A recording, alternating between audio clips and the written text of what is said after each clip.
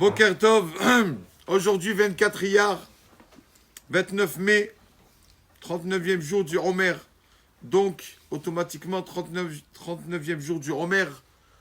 Donc il nous reste 11 jours pour se préparer à la fête de Shavuot.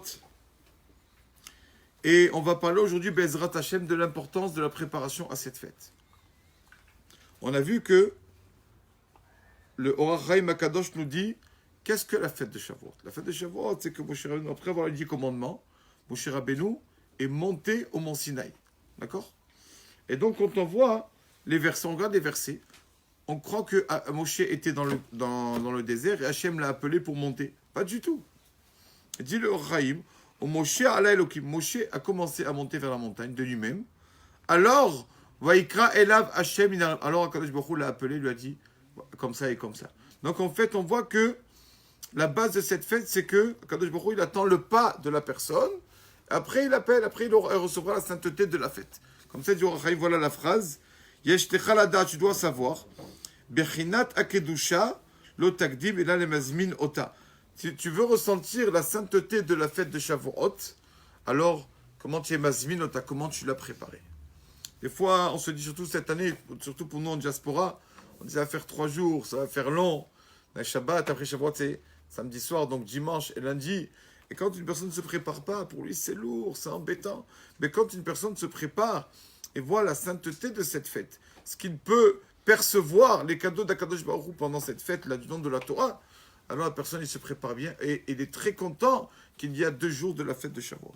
À tel point que, nous disent les tzadikim quelque chose de magnifique. On voit dans la paracha de Yitro, quand Akadosh Baruch Hu prépare le don de la Torah, prépare avec Moshe, lui a dit voilà, comme ça, venez, ils sont venus au mont Sinaï, venez, préparez-vous, ne touchez pas la montagne, le mont Sinaï, quand je donnerai la Torah, etc. La préparation, avant les 10 commandements, à partir de Bachodesh Hachelishi dans la paracha Yitro, la préparation, il y a 26 versets. D'accord? Tout ce que Hachem prépare avec Moshe, les 10 commandements. Mais les 10 commandements eux-mêmes, le texte qui est l'essentiel des 10 commandements, il y a 13 versets. La moitié.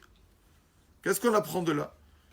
Que la préparation est doublement importante que les 10 commandements eux-mêmes. Parce que la préparation a pris 26 versets et les 10 commandements que 13 versets. Donc on voit comment une personne, comment il se prépare à la fête de Shavuot, alors comme ça, il s'en tire à la fête. On raconte qu'il y avait une fois un homme qui aimait, il sentait qu'il aimait cuisiner. Il voulait faire la cuisine. Normalement, c'est sa femme qui doit cuisiner, mais bon. Il voulait cuisiner lui. Et donc, il va voir son ami, il lui dit, écoute, je me rappelle, j'ai mangé chez toi une fois le Shabbat, j'ai mangé une loubia, une fina de folie. Et j'aimerais bien que tu m'apprennes comment faire. Donne-moi la recette, viens, on fait s'il te plaît. Il a dit, pas de problème, je te donne la recette. Mais comme ça, tu vas acheter les haricots frais, tu prends comme ça le sel, tu mets comme ça un peu d'huile, les épices, etc. Lui, il donne vraiment chaque ingrédient. Et lui, tu verras, tu vas avoir une finade de folie. Et il arrive tout content chez lui à la maison. Sa femme lui dit, alors qu'est-ce que tu as appris? Il dit, j'ai appris ce Shabbat, je vais vous faire une loubia, vous allez vous en rappeler. Une bonne loubia. Il va tout acheter. Bon, il n'oublie rien dans toute la liste. Tac, il achète tous les épices, etc. Les haricots frais, l'Irvot Shabbat Kodesh. On sait que tout ce qu'on achète pour Shabbat, c'est bien de dire l'Irvot Shabbat Kodesh, en l'honneur de Shabbat Kodesh. C'est bien de dire ça. Et donc, il amène tout à la maison et il commence. Les haricots et l'huile, les épices, un peu de sel, le poivre, etc., etc. Il fait tout. Et donc, il met ça sur la plaque vendredi soir. Et samedi matin, bon, la nuit, déjà, on se lève en général, quand on se lève la nuit, on sent un peu l'odeur. Là, l'odeur est un peu bizarre. Bon, on se lève le matin, et la femme, donc lui part à la synagogue, la femme, elle ouvre la marmite, elle la referme, elle dit, même pas, je peux sentir l'odeur, il y a un problème là. Il a dû se tromper dans quelque chose, dans un ingrédient. Il revient dans la maison, il lui dit, alors, elle lui dit, vas-y, va ouvrir ta loubia. Et donc, il ouvre, il voit en fait que vraiment une odeur impossible. Donc vraiment une odeur qu'on ne peut pas rester comme ça. Et donc, qu'est-ce qui se passe? Comment ça se fait? Bon, je vais goûter. Elle dit, goûte-toi. Elle lui dit, moi je goûte pas, goûte-toi. C'est ta loubia à toi, vas-y. Et donc il prend une goutte et voit que c'est vraiment immangeable. Immangeable, ça sent mauvais. Il est très peiné. non seulement qu'il n'a pas réussi, mais doublement que la personne qui lui a pris son rave, on va dire, en cuisine, il y a un problème. Peut-être qu'il n'a pas voulu lui dire les secrets de la cuisine, peut-être qu'il a oublié un ingrédient. Et donc il le voit dimanche matin, la synagogue lui a dit ça va. Alors, c'était bon l'oubli. Il lui a dit ni l'odeur, ni le goût, rien.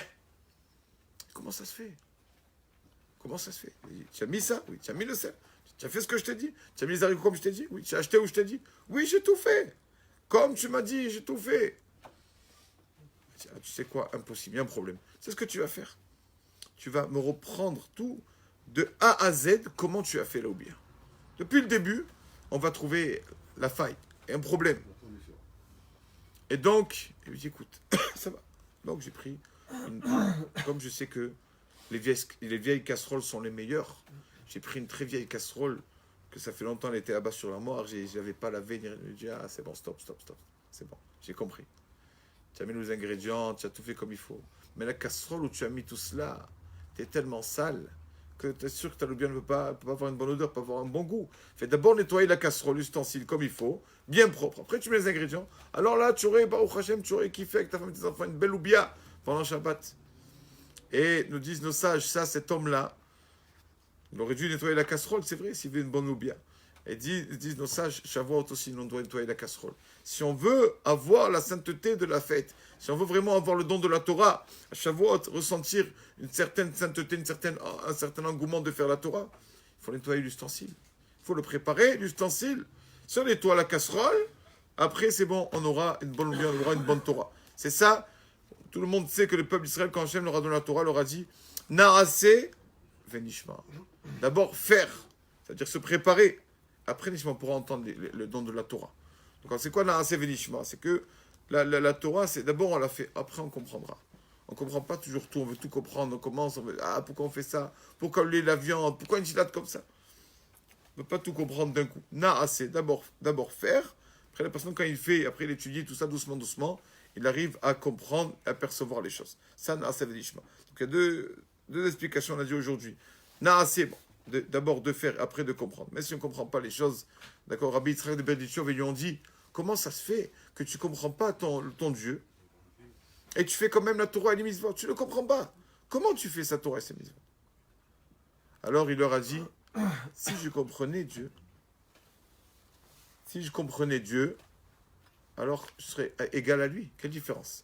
Si je comprends ce qu'Hachem fait, alors moi, je suis comme lui, je suis aussi un Dieu. Quelle différence entre un Dieu, entre Akadosh Baruch Hu et un homme? Voilà la différence. Que Hachem peut comprendre un homme, mais un homme ne peut pas comprendre Hachem. Donc on ne peut pas tout comprendre. C'est ça la devise du peuple juif, c'est ça. Quand Hachem aura donné la Torah, Naaseh venishma. D'abord on fait. Après on essaiera de comprendre. Deuxième explication à ce qu'on a dit aujourd'hui. Naaseh, de se préparer un peu. Commencer à préparer la fête, le don de la Torah, etc.